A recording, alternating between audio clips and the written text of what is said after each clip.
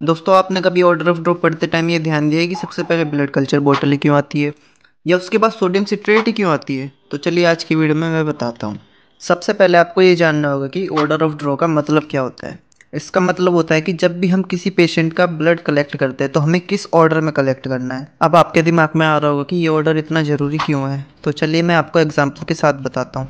Suppose किसी patient का हमें टेस्ट करना है सीबीसी और सीरम इलेक्ट्रोलाइट, तो आप सबसे पहले किस वाइल में ब्लड कलेक्ट करेंगे? अगर आपका जवाब है ईडीटी है तो आप गलत हैं।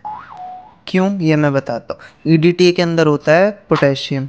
अगर आप पहले ईडीटी में कलेक्ट करेंगे और उसके बाद प्लेन वाइल में लेंगे तो उसका पोटेशियम लेवल इंक्रीज आएगा नॉर्मल से, जो कि ये टेस्ट गलत होगा। इसी वजह से इन वाइल्स को ऐसे सीक्वेंस में रखा गया है कि किसी भी टेस्ट में कोई वेरिएशन ना आए। तो चलिए अब हम ऑर्डर ऑफ ड्रॉ पढ़ते हैं। सबसे पहले आती है ब्लड कल्चर बोतल। ये पहले इसलिए आती है क्योंकि हमें इसके अंदर एकदम स्टेराइल ब्लड चाहिए होता है, और ये दो टाइप की होती हैं, एरोबिक और एनारोबिक। ब्लड कल्चर बोतल हमारे ब्लड में अगर कोई भी बैक्टीरियल इन्फेक्शन होता है तो उसे डिटेक्ट करने के काम आती है। सेकंड नंबर पर आती है हमारी सोडियम सिट्रेट, जो कि कोगुलेशन स्टडीज़ के लिए यूज़ होती है, जैसे कि पीटीआईएनआर, एपीजीटी, डी डाइमर, जो भी हमारे क्लॉटिंग फैक्टर्स होते हैं 13, उनकी स्टडीज़ के लिए यूज़ होती है। इसमें सैंपल लेते टाइम हमें गिवन मार्क तक ब्लड लेना बहुत ज़रूरी है, वरना टेस्ट में पक्का वेरिएशन आएगा। थर्ड नंबर पर आती है प्लेन वाइल, जो कि रेड कलर की होती है। इसके अंदर कोई भी एंटीकोगुलेंट नहीं होता।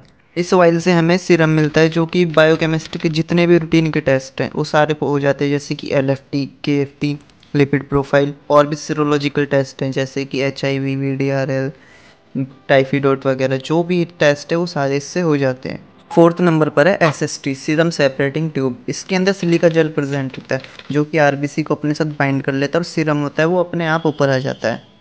इसका ज़्यादातर यूज़ हम हार्मोन्स और विटामिन टेस्ट के लिए किया जाता है, और लेकिन जो भी बायोकेमिस्ट्री के टेस्ट होते हैं वो सारे भी इससे परफॉर्म किए जा सकते हैं।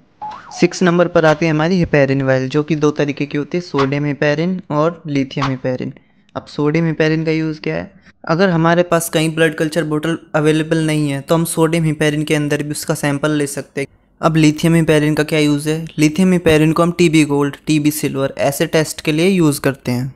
अब इसके बाद आती है हमारी ईडीटी वाइल, जिसकी फुल फॉर्म है इथाइलिन डाइएमाइन टेट्राइक एसिटिक एसिड। ये वाइल हमारे हेमेटोलॉजिकल टेस्ट को परफॉर्म करने के लिए यूज़ की जाती है, जैसे कि CBC, ESR, blood group, HbA1c, HPLC, ये अमोनिया का टेस्ट हो गया। और सबसे लास्ट में आते हैं हमारे सोडियम फ्लोराइड, जो कि ग्लूकोज लेवल को चेक करने के लिए यूज़ करी जाती है। और इसके अलावा कुछ और टेस्ट है जिनके लिए यूज़ करी जाती है, जो कि लैक्टेट और इथेनॉल।